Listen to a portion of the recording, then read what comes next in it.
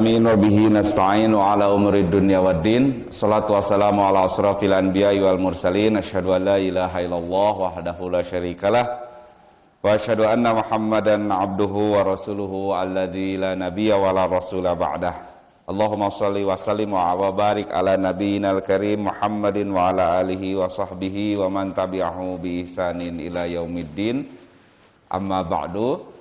Bapak Ibu jamaah Masjid Mutiara yang saya hormati serta dirahmati Allah Subhanahu wa taala.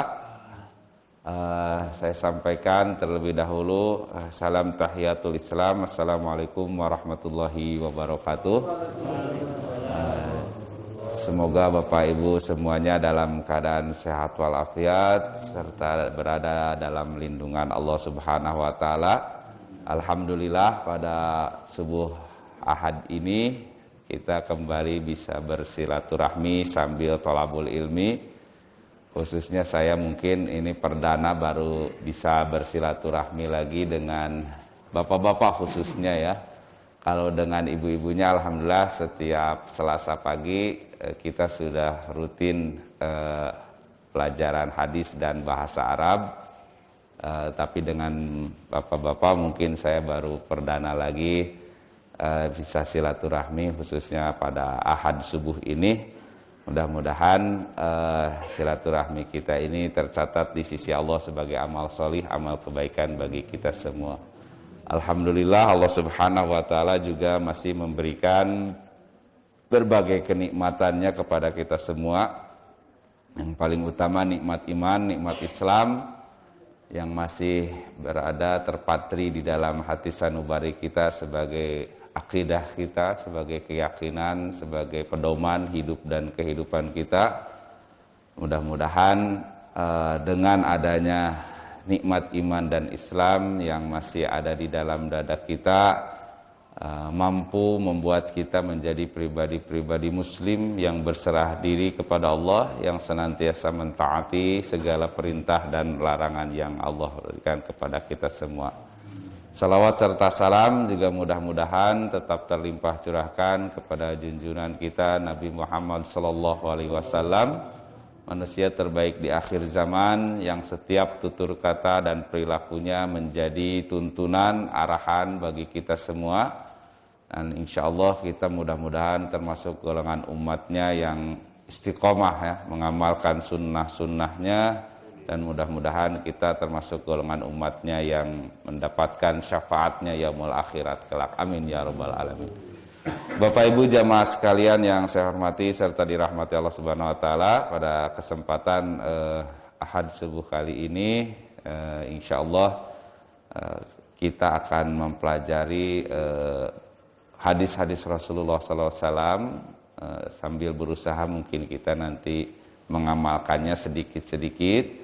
Kalau dari mubaligh lain, mungkin dari para ustadz yang lain, bapak-bapak lebih banyak mendapatkan pelajaran-pelajaran tentang Al-Quran, tentang fikih dan tauhid dan sebagainya. Insya Allah sesuai dengan yang dijadwalkan oleh pihak DKM Mutiara. Khusus untuk jadwal saya ini biasanya untuk menyampaikan pelajaran ilmu hadis, tapi juga ilmu hadisnya bukan ilmu hadis yang mempelajari tentang seluk-beluk mengenai hadis, karena itu memang perlu waktu yang lama. Kita mungkin mempelajari dari sisi matan hadis atau isi dari hadis, sambil mungkin dikupas juga dari sisi sanad atau dari sisi ilmu diroyah dan ilmu riwayah. Ilmu diroyah dan riwayah itu seputar yang menyampaikan hadisnya ya, dari Rasulullah kepada sahabat dan kepada kita sampai kepada kita.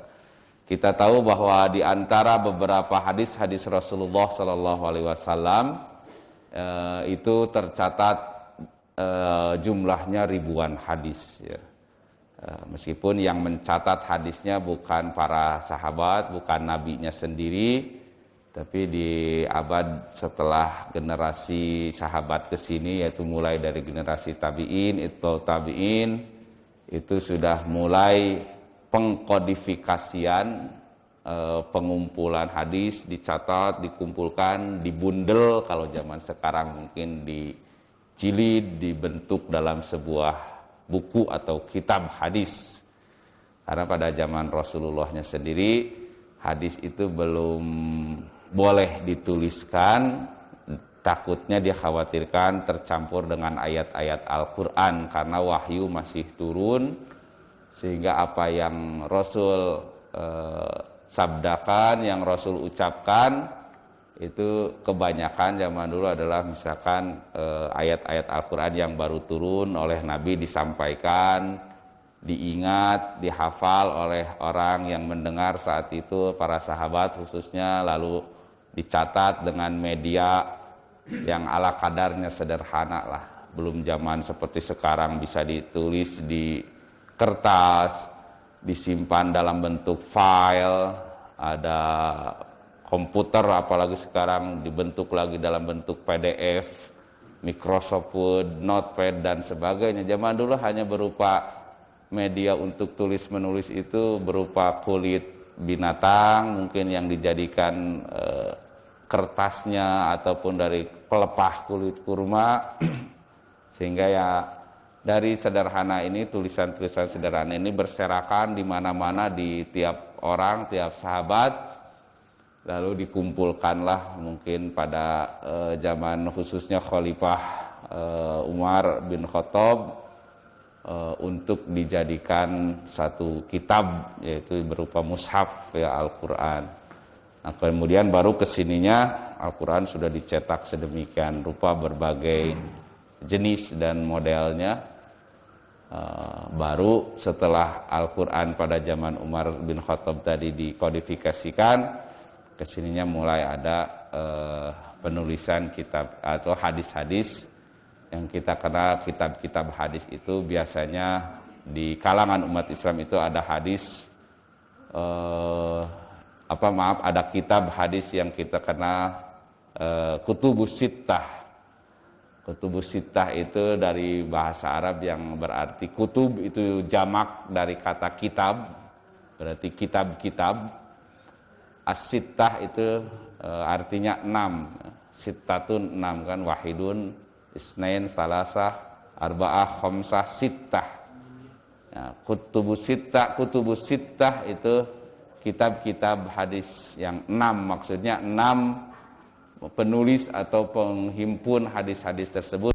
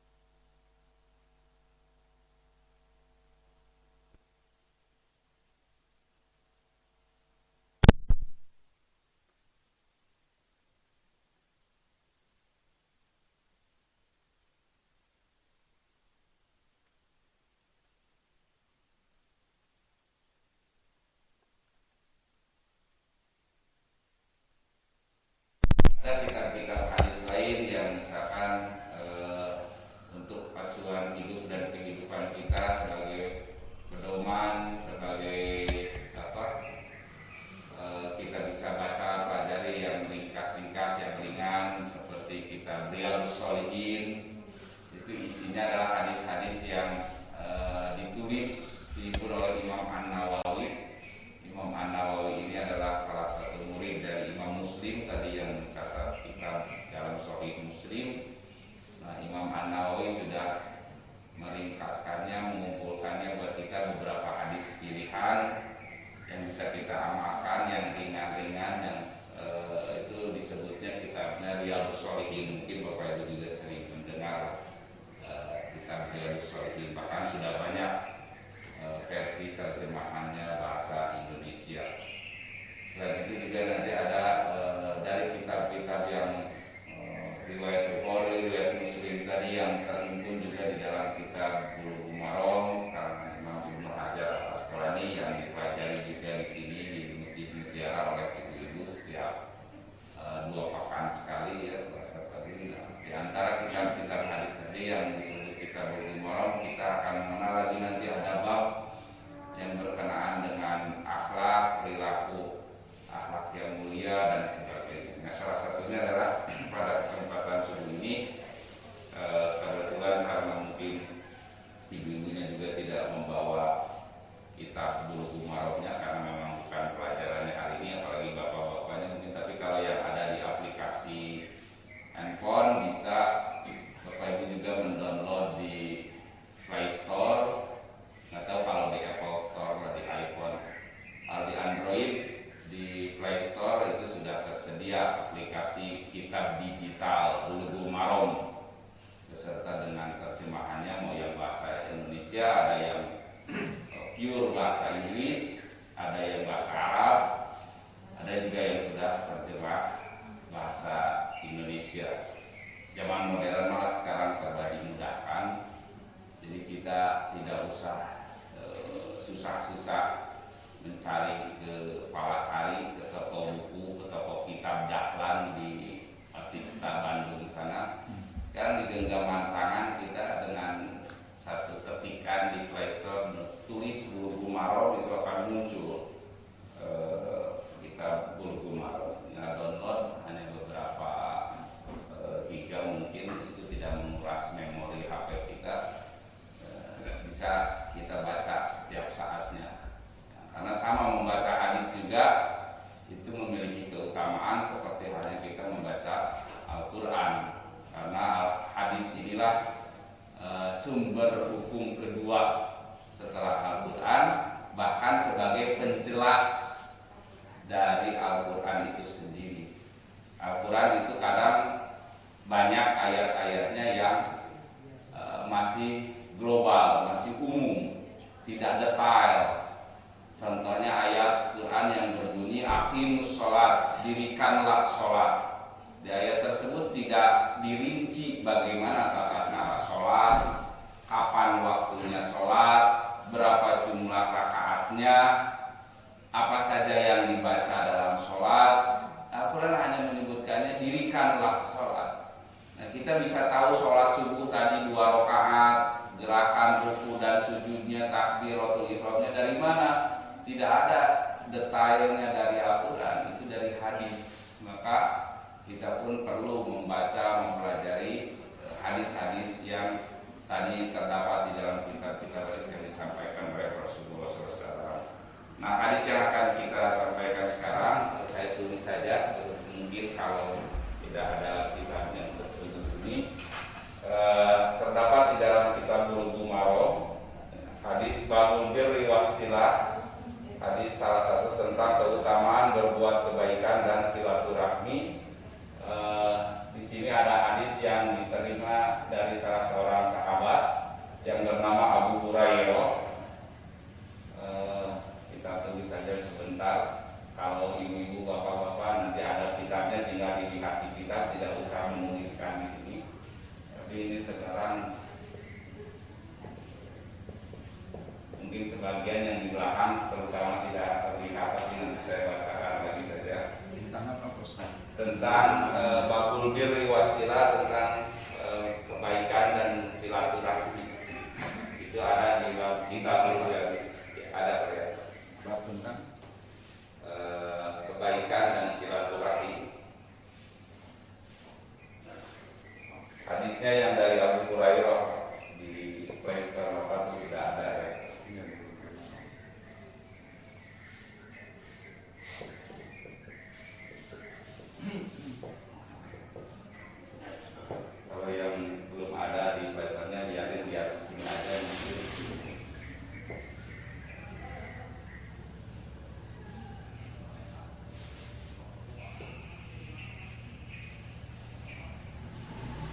yang man ahabba kepada. Ini hadisnya saya tulis man ahabba ayyub sato pilih ini betul.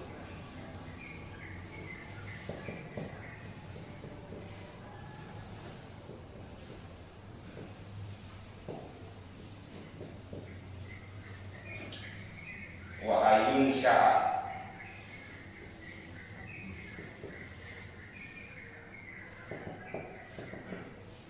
tidak pakai satu kata kecil saja ayun sya'a di asal itu alias rahimah akhrajahu al-Bukhari dari salah seorang penulis hadis ya, ulama hadis.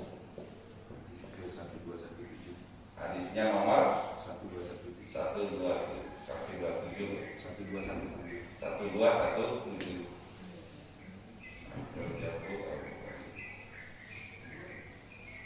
Ini nomor hadisnya tentang kebaikan dan silaturahmi.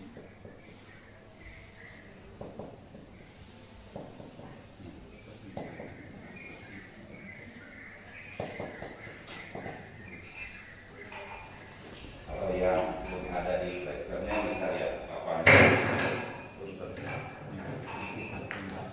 itu redaksi hadisnya lengkapnya. Saya bacakan. Bismillahirrahmanirrahim. Kalau baca hadis Bismillahirrahmanirrahim saja, tidak usah kamu bilang jika saya tentu itu lalu baca Quran ya. Apa bedanya? Kenapa kalau Al-Quran kita membaca ta'awudz, a'udzubillahi minasyaitonirrajim? Nanti Ustaz Farhan ya yang lebih paham tentang Al-Quran menjelaskannya. Tapi kita berlindung dari godaan syaitan. Untuk membaca Quran itu kita sebelum membaca Quran berlindung dulu, minta perlindungan kepada Allah dari godaan syaitan. Kita tahu syaitan itu bukan makhluk halus, luka-luka dan sebagainya. Syaitan itu adalah sifat sebetulnya, bukan makhluknya, lebih kepada sifat. Dari kata syatona itu artinya dalam bahasa Arab itu semacam panas atau membisikkan yang bikin kita jadi marah, biasanya bisa jadi panas lah. Maka sering diidentikan setan itu dari api, panas, dan bisa kalahnya oleh api. Makanya kalau marah, panas hati, panas kepala. Dalam hadis disebutkan oleh Nabi, berwudhulah hati supaya adem. Nah, jadi bukan dari gangguan makhluknya. Setan itu bisa dari bisikan, itu bisa dari makhluknya, bisa berupa jin, bisa berupa manusia. Maka berlindunglah kepada Allah ketika mau membaca Quran supaya tidak ada gangguan. Bisa gangguannya mungkin dari jin atau bahkan dari manusia. Godanya itu godaan baca Quran mah tidak mesti dari makhluk jin saja. Bahkan makhluk jin mah ada yang seneng dengerin kita ngaji. Ada di surat 72 surat Al-Jin ya, disebutkan oleh Al-Quran sendiri, ada segolongan bangsa jin yang senang mendengar kita membaca Al-Quran. Bahkan bangsa jin mengatakan inna sami'na Qur'anan ajaba, sesungguhnya kami mendengar bahwa Quran ini ayat-ayatnya menakjubkan, membuat kami takjub. Yahdi ila rusdi, kata para jin, ini bisa menjadi petunjuk kepada kami dan menjadi hidayah bagi kami. Jadi jin itu nggak selamanya nggak suka dibacain Quran, ada yang senang dibacain Quran, dengerin Quran. Nah, biar kita nggak terganggu baca Quran itu bukan hanya dari jin, karena jin mah tadi ada yang senang, malahan kita ngaji deh. Ini dari syaitan mah bisa saja karena tadi sifat bisikan, bukan saja dari jin, bisa saja dari manusia. Ada gitu orang yang nggak dengar, yang manusia yang nggak suka dengar ngaji banyak. Gangguannya kita bisa saja dari manusia ketika kita ngaji, telepon ringing bunyi, jadi mengganggu, kan itu dari manusia berarti. Ada saja dari istri, dari anak mungkin, ada yang ngajak ini, ngajak itu, jadi gangguan itu, godaan. Maka ketika mau membaca Al-Quran, kita memohon perlindungan dari godaan, bisikan, gangguan baik manusia atau sebagainya, supaya tetap kita ngaji. Makanya itu bedanya kita harus baca ta'awuz. Sedangkan untuk membaca hadis, kita dianjurkan hanya Bismillahirrahmanirrahim, karena alasannya setiap kita mau berbuat kebaikan, melakukan suatu kebaikan, itu awalnya dengan mengucapkan Bismillah. Kita mau melangkahkan kaki keluar rumah saja diawali dengan Bismillah. Tawakkaltu 'ala Allah. Mau naik kendaraan, Bismillah majriha wa mursaha. Atau yang kita kenal nanti doanya juga Subhanallah dan sebagainya. Termasuk mau membaca hadis, kita cukup saja dengan mengucapkan Bismillahirrahmanirrahim. Bismillahirrahmanirrahim. An Abi Hurairah, hadis yang dari nabinya kedengar, keterima oleh sahabat yang bernama Abu Hurairah. Abu Hurairah ini adalah salah seorang sahabat Nabi yang paling banyak menghafal, mengingat, mencatat hadis-hadis dari Rasulullah, kurang lebih sejumlah 5.000-an hadis. Nama aslinya Abu Hurairah ini gelar ya, julukan, lakob Abu Hurairah itu pun ya. Nama aslinya Abdurrahman bin Sikhar, yang lahir pada tahun 598 Hijriah. Beliau salah seorang sahabat yang cukup intens dengan Rasulullah. Keseharian beliau itu memang banyak dihabiskan untuk membarengi Nabi SAW, sehingga beliaulah yang paling banyak merekam dalam otaknya, dalam ingatannya, semua ucapan dan tindakan perilaku Rasulullah. Maka oleh Abdurrahman bin Sikhar ini, atau yang dikenal Abu Hurairah radhiyallahu anhu, semoga Allah meridhoi kepadanya, qala, dia telah berkata, Abu Hurairah, qala Rasulullah SAW, kata Abu Hurairah, Rasulullah SAW telah bersabda. Jadi kan kita nggak tahu, nggak dengar Rasulullah waktu bersabda, hari haknya mah, waktu kejadiannya mah. Nah, Abu Hurairah lah yang orangnya yang mendengar langsung Rasulullah SAW bersabda. Kata Rasul, man, siapa orang, ahabba, yang diterjemahan di situ apa pasnya, ingin lebih disukai mungkin ya. Ahabba dari kata hub, menyukai, mencintai. Jadi siapa orang yang ingin dilapangkan, dicintai, menyukai, ayub sato, dilapangkan di rizki, dalam rizkinya, wa ayun sa'afi asarihi, dan ingin dipanjangkan umurnya, kata Nabi, fal yasil rahimahu, maka hendaklah dia menyambungkan silaturahim. Pesan moral dari hadis ini, kata Nabi, siapa orang yang ingin diluaskan rezekinya, dilapangkan rezekinya, serta dipanjangkan umurnya, maka hendaklah orang ini memperbanyak menyambung silaturahim. Silaturahim itu dari bahasa Arab, dua suku kata yang kita tahu. Silatun itu artinya menghubungkan, dan rahim itu sudah menjadi bahasa Indonesia. Terdapat dalam organ tubuh perempuan ada yang bernama rahim. Ada Pak Dr. Yusuf juga hadir saat ini, mungkin beliau lebih paham tentang organ yang bernama rahim. Itu dari bahasa Arab ya, rahim, dari sifat nama Allah Asmaul Husna Ar-Rahman Ar-Rahim, artinya yang maha penyayang. Nah, jadi silaturahim itu sering diartikan menyambungkan tali kasih sayang. Kenapa organ tubuh wanita ada yang namanya rahim? Karena dengan penyayangnya Allah, bayi selama 9 bulan itu bisa hidup, survive, bertahan di sana meskipun terendam cairan ketuban. Kalau tidak ada kasih sayang Allah, mana mungkin ada makhluk hidup yang bisa hidup, kecuali makhluk laut, mungkinnya ikan dan sejenisnya bisa hidup di dalam cairan. Tapi kan bayi kita manusia semasa janin itu di dalam rahim itu ada cairan kan. Dengan kasih sayang Allah bisa hidup selama 9 bulan. Coba kalau tidak ada kasih sayang Allah, makhluk manusia ini kita rendam bayi, jangankan 9 bulan, 9 jam, 9 menit mungkin terus kekal-kekal.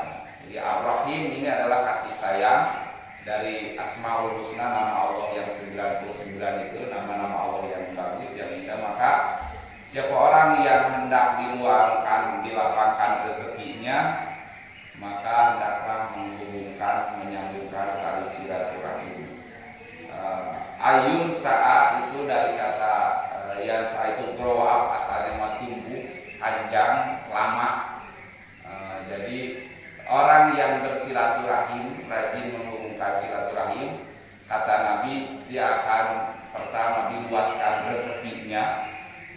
rezekinya ziyadatul fil khair, bertambah keberkahannya, bisa nambah rezeki itu secara materialnya benar-benar nambah, jumlahnya misalkan dari 1 menjadi 2, 3, 4, atau bertambah itu bisa juga arti nambah rezeki itu keberkahannya. Kalau berkah itu sering juga kita dengar kalimat berkah sudah menjadi bahasa Indonesia, semoga berkah ya. Apa yang dimaksud dengan berkah? Berkah itu kata definisi dalam bahasa Arabnya itu ziyadatul khair, bertambahnya kebaikan. Mungkin dari sisi jumlah mah nggak nambah rezeki kita tetap misalkan di angka 2 atau 3, nggak bertambah jadi 4, 5, 6 dan seterusnya, tapi bertambahnya itu kebaikannya. Kalau disebut berkah itu, harta yang berkah itu secara jumlah memang tidak nambah hanya segitu, tapi secara manfaatnya itu ada kerasa nambah, itu disebut nambah rezeki. Allah luaskan rezekinya di sini bisa berupa materialnya memang bertambah rezekinya, atau secara manfaatnya dari rezeki yang kita terima itu memang terasa bertambah. Jadi itu sudah jaminan kata Nabi, orang yang menghubungkan tali silaturahmi itu akan ditambahkan rezekinya. Jangan dulu jauh-jauh teori, kita lihat kenyataannya, faktanya. Hari ini karena saya menjudulkannya silaturahim, ya rezeki itu langsung ke ibu-ibu terus rusak resek. Itu berupa rezeki ya. Sudah benar ucapan hadis Nabi ini, orang yang bersilaturahim akan Allah lapangkan rezekinya. Buktinya sebelum ini saja canggih acang terus ayat rezeki nama rusak resek di belakang. Belum lagi dari sisi maknanya. Itu salah satu bukti dari hadis Nabi SAW. Wa ajin sa'a biasadihi. Itu fi-nya kelewat yang tertulis. Dan Allah akan memanjangkan usianya. Lantas bagaimana dengan ungkapan bahkan ayat Al-Quran yang tentang umur ini nggak bisa dipanjangkan, kan sudah Allah batas segini-segininya. La yastaqdimuna wa la yastakhirun. Kan ada ayat Al-Quran yang menyebutkan usia manusia, ajal manusia itu tidak akan bisa diawalkan atau diakhirkan kalau sudah waktunya mati meninggal. Tapi ini kata Nabi, orang yang rajin silaturahim selain tadi diluangkan, dilapangkan, ini juga katanya dipanjangkan umurnya. Nah, hadis ini tidak bertentangan dengan ayat yang tadi soal batasan umur manusia sudah terbatas segini. Tapi yang dimaksud dengan dipanjangkan umurnya ini adalah zikroyat, dikenangnya. Jadi orang yang rajin silaturahim itu meskipun jiwanya sudah tiada, sudah meninggal orangnya, ruhnya sudah diambil oleh Allah, tapi asarihi, makanya di sini ada dalam riwayat lain memang fi umrihi, umurnya, ada yang menyebutkan fi asari, yang dipanjangkan itu umur, asar. Ada umur, ada usia. Nah, di kita memang sama artinya umur dan usia. Umur yang dalam bahasa Indonesia sering diartikan usia. Padahal itu juga dari bahasa Arab umur. Karena alhamdulillah bangsa Indonesia ini karena juga mungkin mayoritas Muslim, bahasa Indonesianya itu banyak serapan juga dari bahasa Arab. Contohnya umur, wajah. Ini kita menyebut wajah itu dari bahasa Arab. Nah, ada di surat Al-An'am, inni wajjahtu wajhiya lilladzi fataras samawati wal ardh, yang sering kita baca dalam doa iftitah. Wajjahtu wajhiya itu bahasa Arab, bahasa Quran, wajah. Karena dalam bahasa Indonesia ini bukan wajah tapi muka kan. Wajah dari bahasa Arab, umur dari bahasa Arab, musyawarah, itu kata musyawarah dari bahasa Arab. Ada kan surat akan dinamai surat Asy-Syu'ara, artinya musyawarah, berembuk. Nah, termasuk umur itu dalam bahasa Arab. Dipanjangkan umur. Nah, tadi saya bedakan apa itu umur, apa itu usia. Kalau usia mungkin lifetime seseorang, usia hidup seseorang memang iya dibatas. Khususnya umat Nabi Muhammad SAW itu di kisaran 60 tahun. Indeks usia manusia sekarang berapa Pak? Manusia modern sekarang indeks usia itu di sekitaran 65 tuh. Sesuai dengan hadis Rasulullah SAW di riwayat Imam Tirmidzi, Nabi mengatakan a'maru ummati sittina aw sab'ina sana. Umur usia umatku di kisaran 60 atau 70 tahun. Wa aqalluhum ma yuzawidu dzalika, dan jarang yang melintasi melebihi 70, kalaupun ada itu bonus. Kalau orang-orang dulu zaman Nabi Nuh itu ada sampai usia 900 tahun, 1000 tahun. Kalau umat Nabi Muhammad Pak dibatas 60, 65 tadi kata ilmu medis juga, kata karakter indeks usia manusia itu di kisaran 65 tahunan. Batas usia kita tadi di hadis Nabi dikatakan akmar ummati sittina, 60 atau sab'ina atau 70, berarti di kisaran 60, 65, 70, ada yang 80, memang 90, tapi juga kendaraan mah karoserina atau sprayon 90 ke sana mah. Nah, kita umur usia itu dibatas sekitar 60, 65, tapi yang dimaksud dipanjangkan usia itu dipanjangkan umur, maaf, bukan dipanjangkan usia karena usia terbatas. Tadi hadis ini mah bukan umur, juga ditulisnya asarihi, dipanjangkan zikroyatnya atau dikenang. Orang yang rajin silaturahim bakal dikenang seolah-olah orangnya masih ada meskipun sudah meninggal dunia. Oh, waktu ada si A, si B, si Fulan mah gini, karena orangnya sudah masyhur, dikenal karena kebaikannya sering bersilaturahmi. Memang manusia itu dikenang itu oleh dua hal kalau sudah meninggal, diingat-ingat itu bisa karena kebaikannya atau karena kejelekannya. Misalkan di suatu kampung dulu zaman saya di Garut didengar ada legenda Mat Peci. Karena kejelekannya kan terkenal nanti dikenang nanti seorang perampok, penyamun kalar itu sampai sekarang mungkin disebut-sebut dikenang-kenang karena kejelekannya. Untungnya isu kita sekarang udah nggak ada katanya. Jadi disebut-sebut lagi padahal udah nggak ada orangnya. Alhamdulillah kampung kita sekarang aman ya karena si Eta udah meninggal, bla bla bla. Atau dikenang itu karena kebaikannya.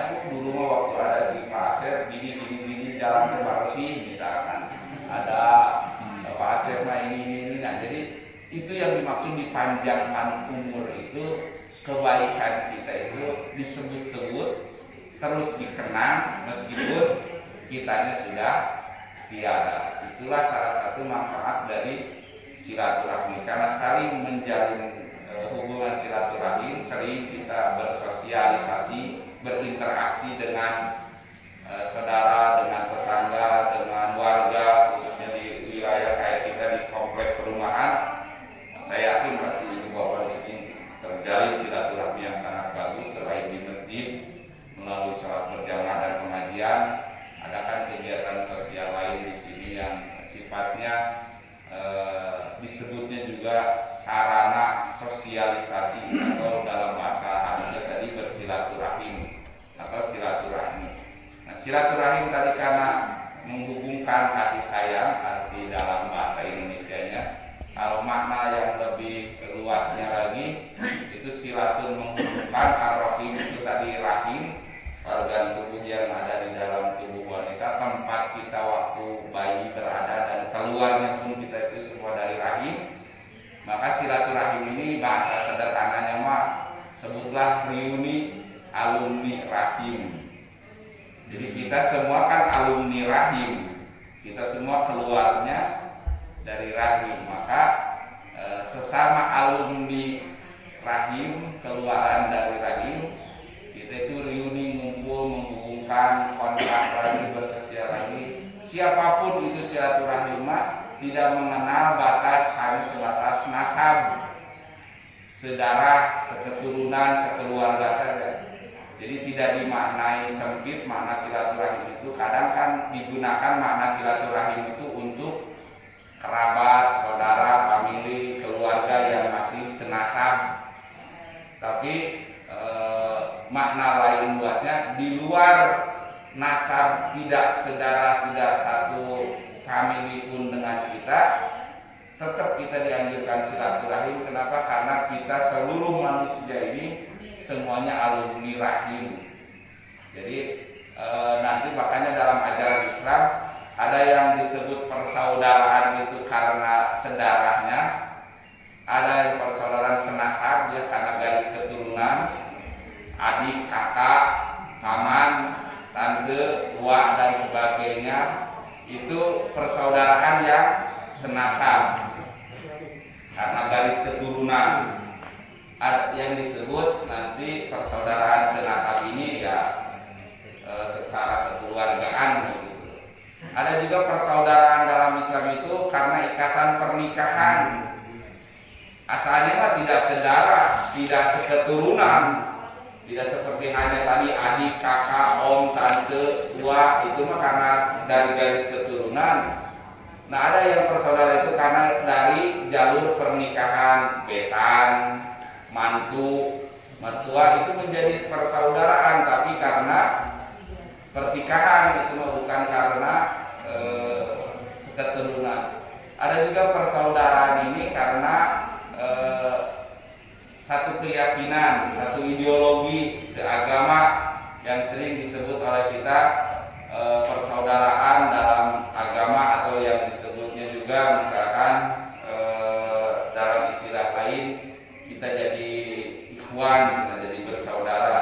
Ada juga persaudaraan itu selain karena satu keluarga, nasab, pernikahan, karena ideologi, keyakinan atau agama.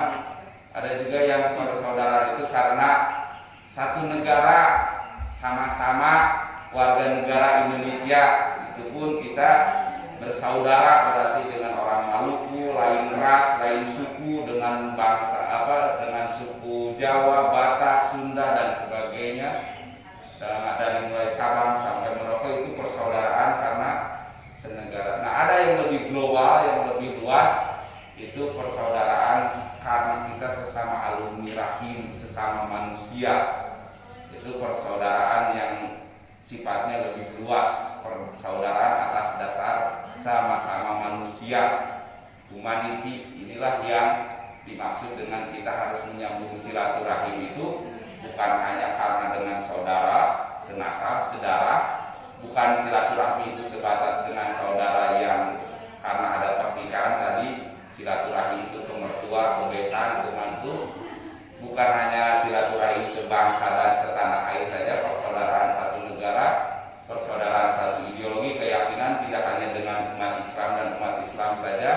Ada persaudaraan yang lebih global, lebih luas, persaudaraan antar sesama manusia seluruh dunia berarti atas dasar humanity. Nah, maka Nabi secara gamblang dalam ajaran Islam khususnya ini mengajarkan silaturahim termasuk kepada yang luas tadi, tidak seagama, tidak senasab, tidak sedara, tidak ada ikatan keluarga karena pertikahan, tapi kita dianjurkan oleh hadis ini menyambungkan, menghubungkan silaturahim, even bahkan meskipun dengan beda agama, beda keyakinan, lintas negara, itu untuk menjalin silaturahim dalam Islam dianjurkan. Tidak ada batasan silaturahim itu hanya kepada warga dan wargi saja, dulur, salabur, dulur, sakasur, tapi juga harus global, mendunia. Silakan luas. Islam itu karena rahmatan lil alamin,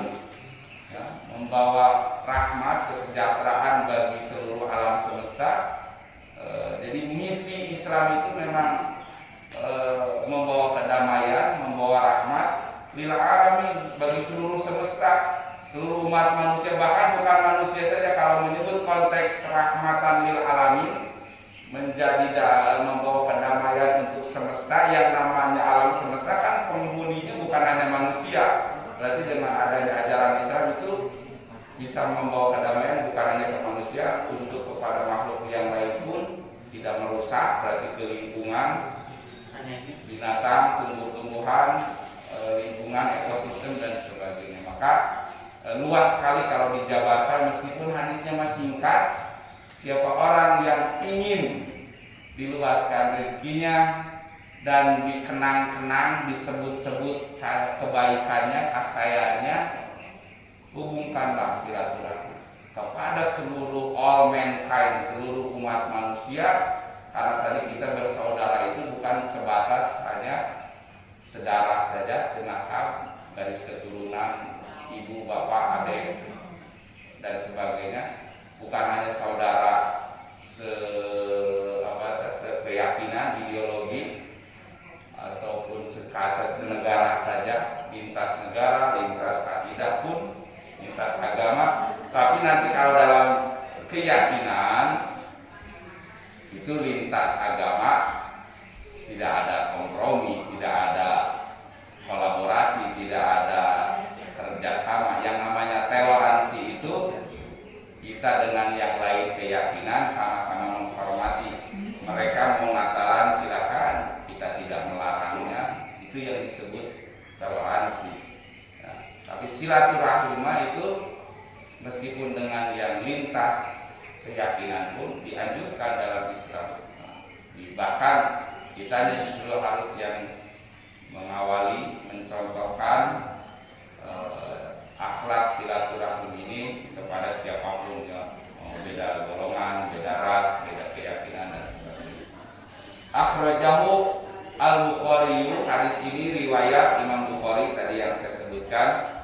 Imam Bukhari ini salah satu ulama hadis yang luar biasa juga, menghimpun, mencatat, menuliskan, bahkan mengumpulkan hadis-hadis yang dari sahabat, dari Abu Hurairah, dari sahabat Umar bin Khattab, dari sahabat Ibnu Umar dan sebagainya. Itu ditelusuri, dihimpun, dicatat, ditulis oleh orang yang namanya Imam Al-Bukhari. Al-Bukhari ini juga nama julukan, gelar, diambil dari nama negara asalnya, yaitu Bukhara. Bukhara itu kalau sekarang berada di wilayah negara-negara Eropa Timur, Asia Timur, daerah-daerah Rusia, ya, pecahan Soviet dulu, kayak daerah Kazakhstan, Uzbekistan, itu daerah-daerah situlah Bukhara. Itu negara asal lahirnya Imam Al-Bukhari. Nama aslinya Muhammad bin Ismail bin Muhammad bin Ismail Al-Bukhari. Al-Bukhari itu julukan, disandarkan kepada nama negara asal lahir beliau, Imam Bukhari. Kayak saya orang Garut, nah bisa bapak-bapak ibu nyebutkan Ustaz Asep Al-Gharuti, tapi dengan Al-Gharuti. Terus Al-Bukhari itu enak dari negara asalnya. Ustaz Farhan orang Subang, Ustaz Farhan Al-Subami, anggar dengan terserah untuk imam-imam hadis gelar Al-Bukhari, At-Tirmizi itu dari negara Turmus juga sama namanya. Nah, hadis ini diriwayatkan oleh Imam Al-Bukhari. Jadi itulah mungkin secara singkat dari satu hadis ini yang insya Allah bisa saya sampaikan. Kalau ada yang ingin ditanyakan atau ditambahkan, silakan dari Bapak Ibu sekalian. Ada waktu 5 menit lagi. Iya, silakan Pak. Waalaikumsalam warahmatullahi wabarakatuh. Terima kasih Ustaz. Nah, sekarang yang saya tanyakan itu masalah implementasinya Ustaz. Jadi ya, implementasi dari silaturahmi itu Nah, tadi kan lintas Tegar dan sebagainya kan kalau barangkali kalau berjumpa barangkali kan susah ya. Ya, Nah ini tekniknya bagaimana? ya, terima kasih atas pertanyaannya. Bagaimana implementasinya untuk konteks silaturahmi khususnya yang tadi dengan lintas negara, lintas ras, suku dan sebagainya bangsa. Jangankan mungkin yang lintas negara, lintas ras, suku, untuk saat ini di era pandemi COVID-19 dan kita ada anjuran untuk social distancing. Apakah itu juga menghambat silaturahim? Tidak ya. Nanti implementasi silaturahim itu memang tidak harus bertemu secara fisik.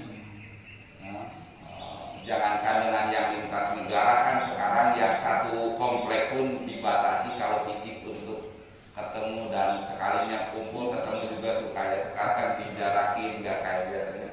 Jadi insya Allah implementasi dari silaturahim ini tidak terbatas oleh hanya bertemu secara fisik, apalagi zaman modern sekarang ada sarana fasilitas untuk silaturahmi dengan media telepon, bisa berkabar lewat suara atau lewat gambar, lewat WA, lewat Zoom dan sebagainya. Itu adalah sarana kita bisa silaturahmi.